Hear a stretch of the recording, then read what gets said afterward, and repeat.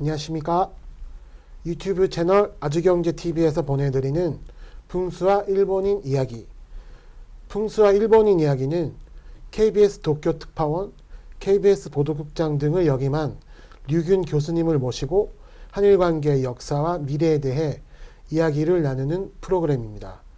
이 프로그램은 류균 교수님의 일본 이야기를 통해 현재 한일 관계의 문제점을 점검하고 과거 한일 관계로부터 우리가 배워야 할 시사점이 무엇인지에 대해 생각해보는 그런 시간입니다. 오늘도 류균 교수님을 모셨습니다. 안녕하십니까? 안녕하세요. 예, 지난 세 번째 시간에는 저희가 한일 월드컵 공동 개최와 관련된 이야기를 교수님께서 해주셨습니다. 굉장히 흥미로운 이야기가 많았던 것 같습니다. 오늘은 그 월드컵 개최 이후에 일본에 퍼져나간 한류에 대한 이야기를 교수님께 들어보려고 합니다.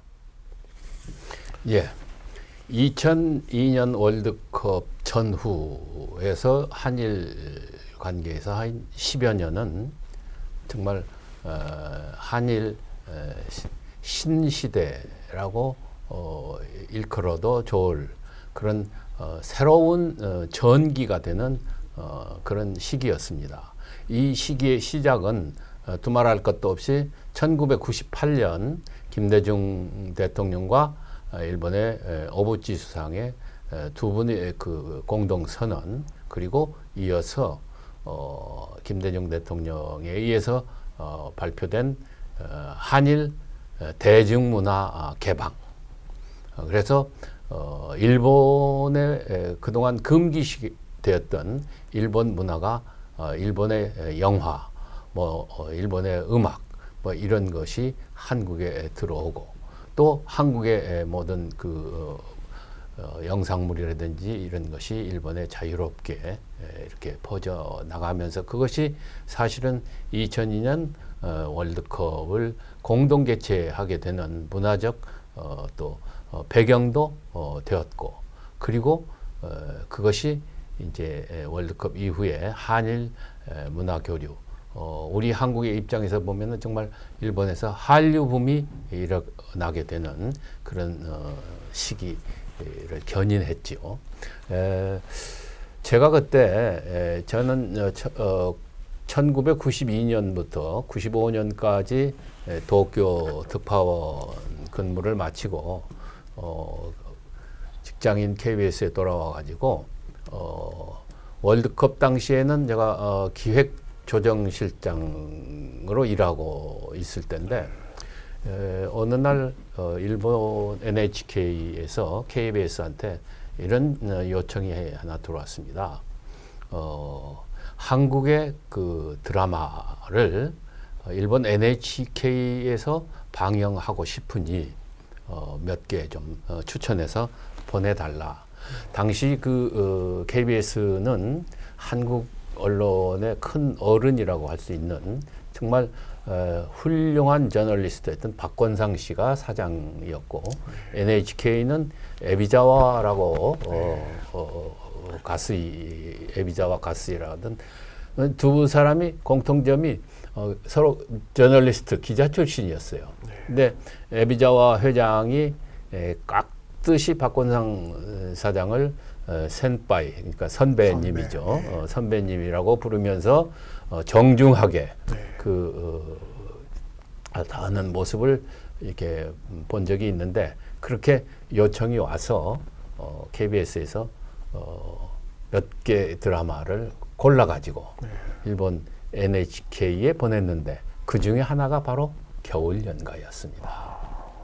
이 겨울연가는 NHK의 그 BS2, 그러니까 위성방송2, 굳이 한국과 비교하자면 NHK 산하의 위성방송 1, 2가 있었는데, 우리하고 비교를 하면 우리는 아리랑 TV 같은 거, 해외를 주로 대상으로 해서 그 하는데, 물론 국내 그 팬들도 이제 시청을 할 수 있는 프로그램이니까.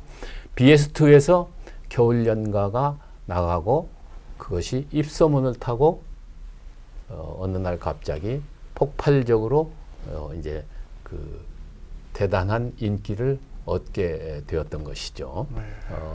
그래서 이 NHK가 그 당시에 너무 반응이 폭발적이니까 위성 방송에 토요일 밤 11시에 하던 것을 방송을 한번 늘려갖고 재방어 끝나면 또 하고, 그리고 급기야는 NHK 본방송,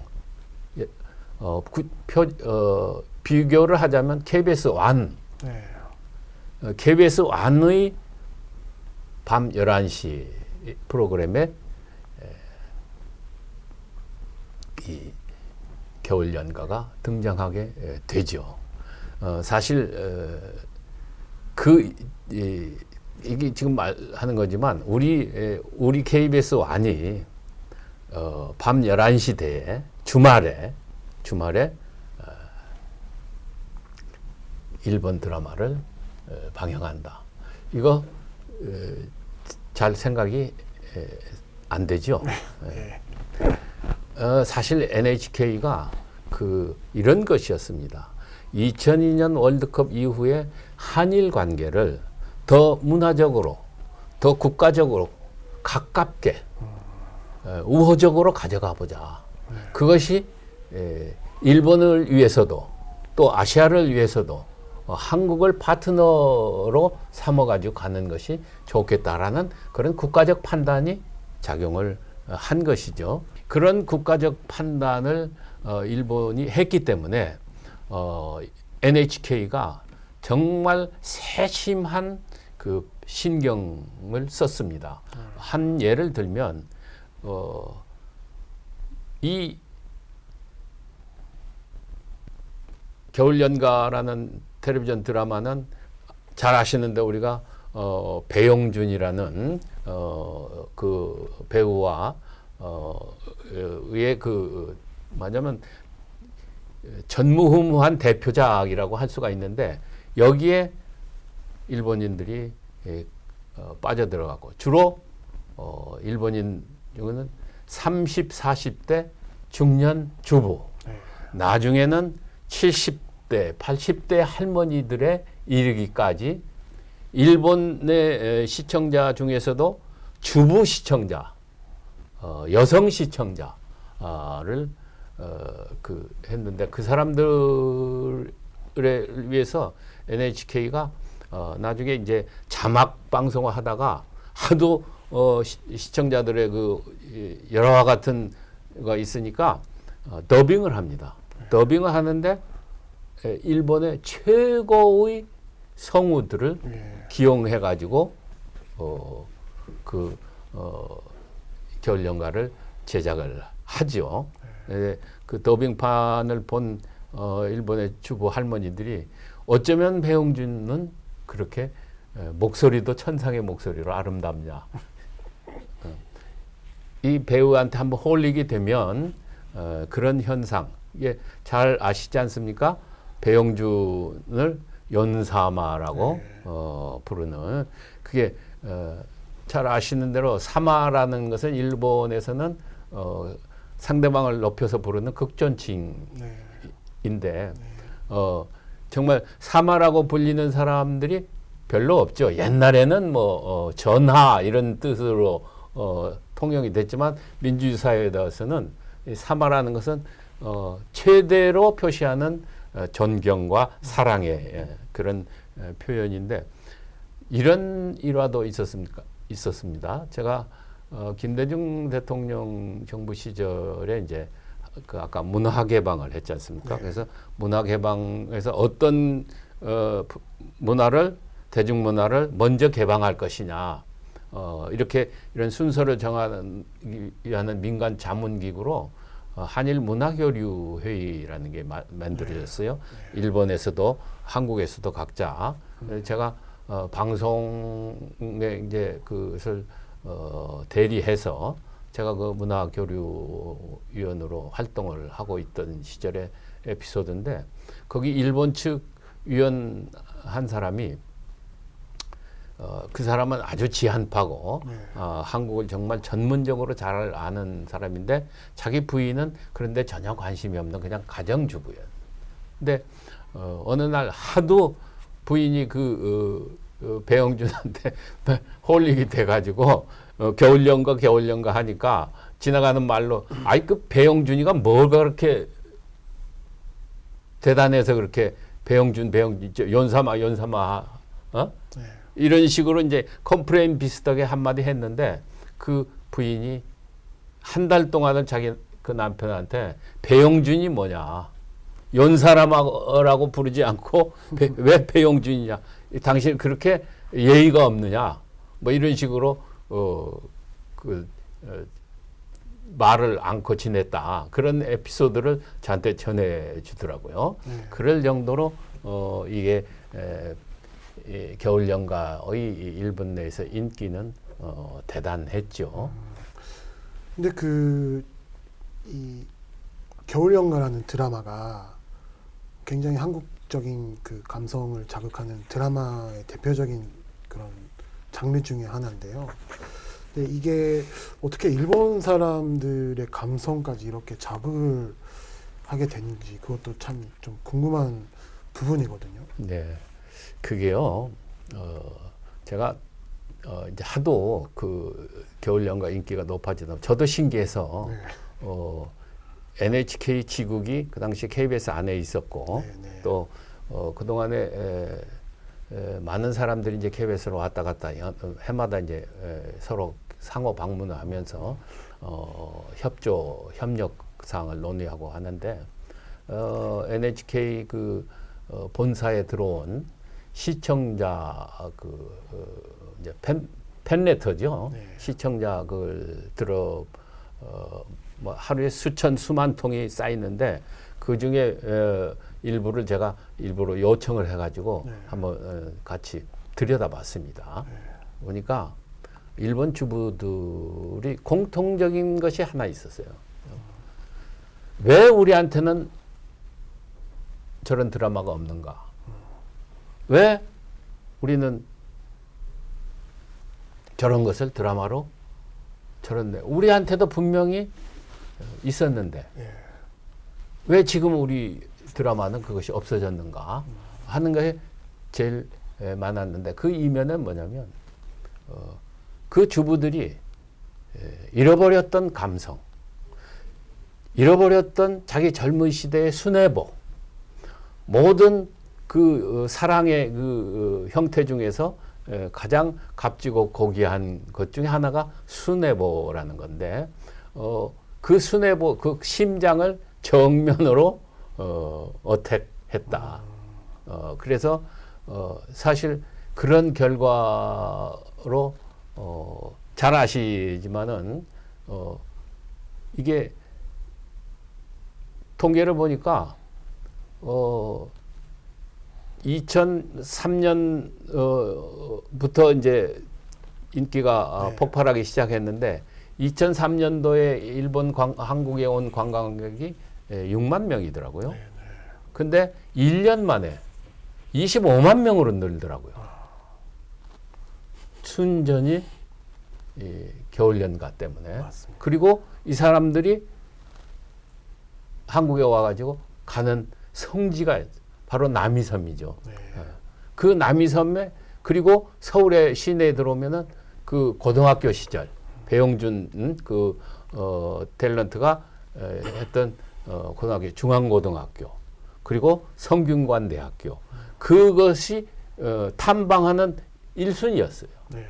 그러니까 이것이 그냥 드라마 열기에 그치지 않고 일본 주부들한테는 반드시 방문해야 될 성지 비슷하게 그런 신드롬이 겨울연가로 인해서 일본에 퍼지게 됐고 그것의 배경에는 일본 사람들한테 잃어버렸던 여성의 감수성, 감성 이런 것이 정면으로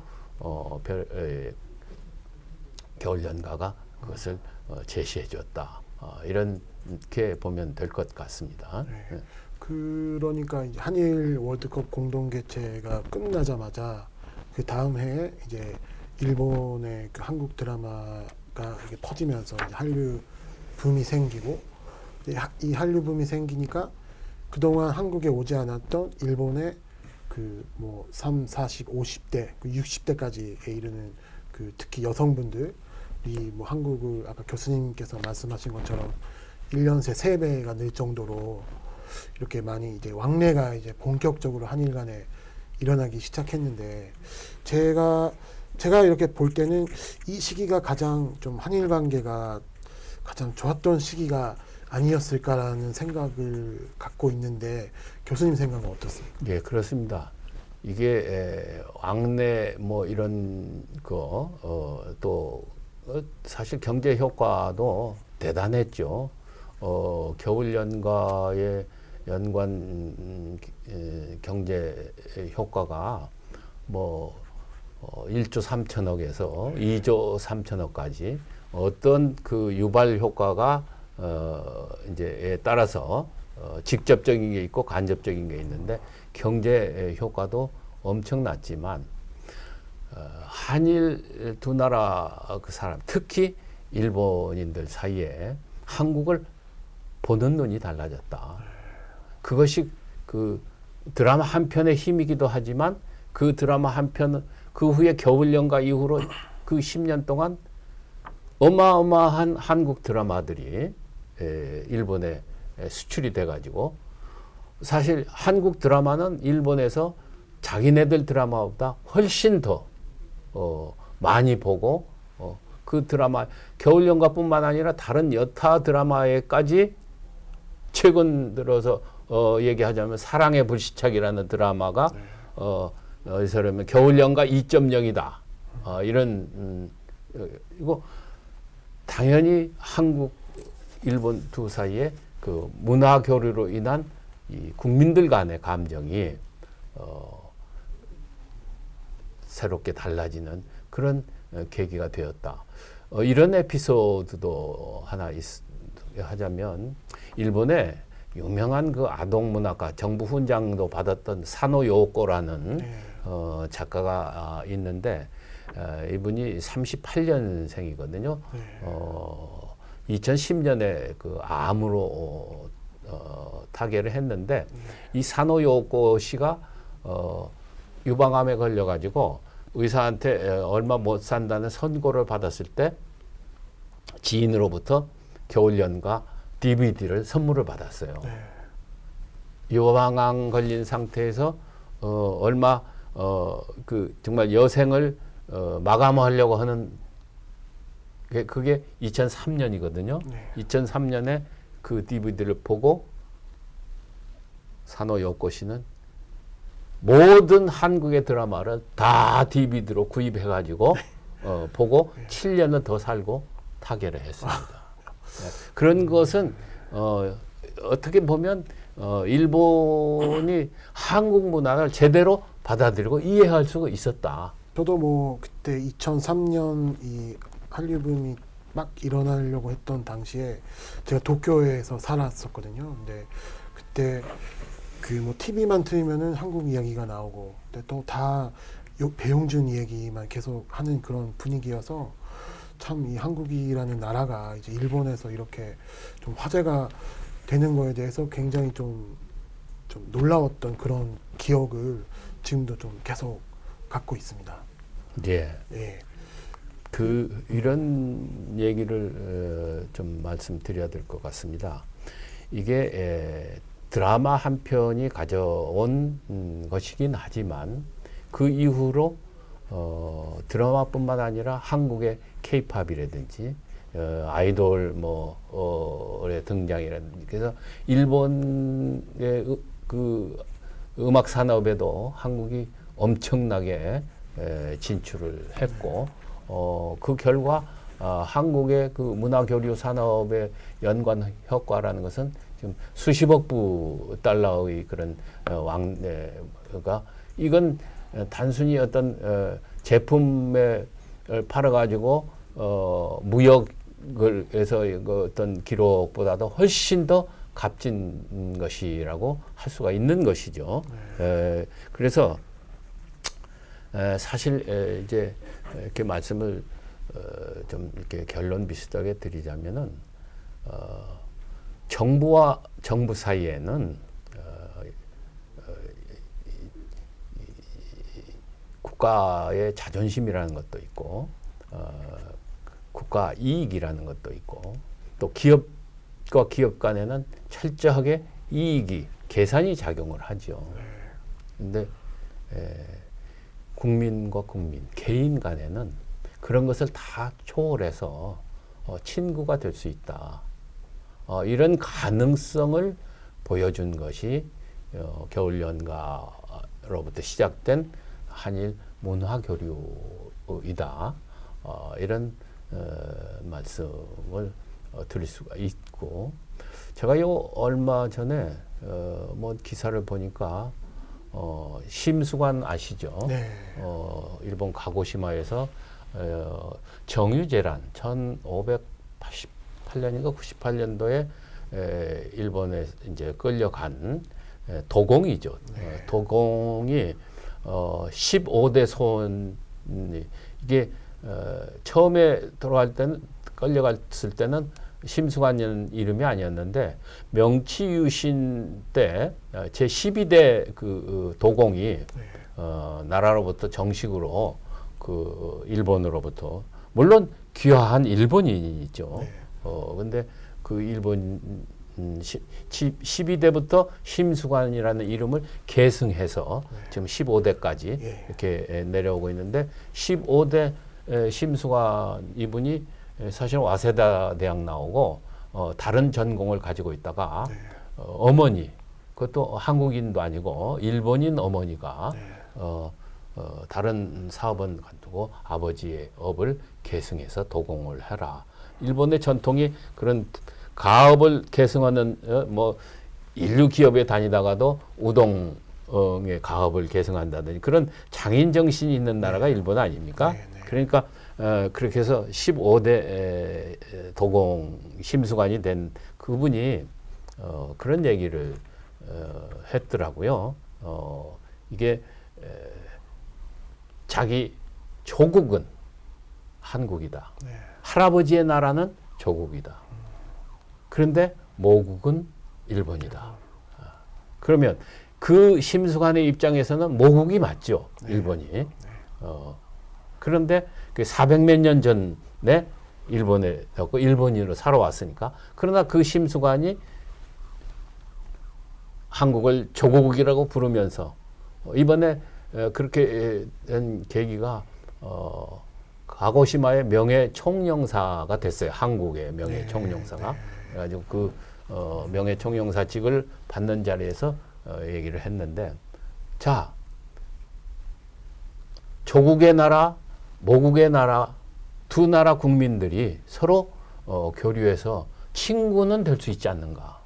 나는 내 앞으로 남은 저희가 단 한 사람의 일본인이라도, 일본인 단 한 사람이라도 한국을 좋아하게 만드는 것이 내가 할 일이 아닌가. 그런 얘기를 인터뷰에서 했더라고요. 저는 그 기사를 읽으면서 한국과 일본의 문화교류, 지금은 또 엄청나게 그 혐한이 불고 반일 감정이 극대화돼서 가장 어려운 시기라고, 가장 나쁜 시기라고 이렇게 하는 시대를 우리가 지금 지나치고 있지만, 그러나 그런 2002년 월드컵에서부터 한류 지금 붐에 이르기까지 그 일련의 과정을 보면서 우리한테 주는 메시지는 역시 그런 국민 사이에 정부와 기업 간의 이해관계는 좀 틀릴지라도 국민과 국민 사이에는 문화교류를 통해서 그 친구 사이로 만들어가는 그런 자세가 좀 필요하지 않을까. 그런 시도가 좀 있으면 좋지 않을까. 이런 생각을 해보게 됩니다. 교수님께서 뭐 이제 계속 말씀을 해주셨던 오늘 그 한류라는 이 주제 이렇게 생각을 해봤는데요. 그 뭐 일본에서 한류는 이 겨울연가라는 드라마로 시작을 했지만 지금은 그 드라마를 넘어서 뭐 K-팝, 웹툰, 영화, 뭐 음식 이런 데까지 다 퍼져서 이 다양하게 여기저기 이제 침투를 하고 있는데, 근데 뭐 교수님 말씀하고 그 얘기를 오늘 들어보니 그런 한국의 문화가 일본에 많이 퍼져서 한국을 조금이라도 이해하는 일본인이 이렇게 한 명씩 늘어나는 게 결국 우리 한일 관계를 더 좋은 방향으로 이끌어가는 그런 원동력이 된다는 좀 생각을 오늘 그 교수님 말씀을 듣고 한번 해봤습니다. 예, 그 오늘은 이 정도로 시간을 마치고요. 다음 시간에는 더욱 재미있는 한국과 일본 이야기를 준비해서 다시 이 자리에서 인사를 드리도록 하겠습니다. 교수님 오늘 대단히 감사했습니다. 감사합니다.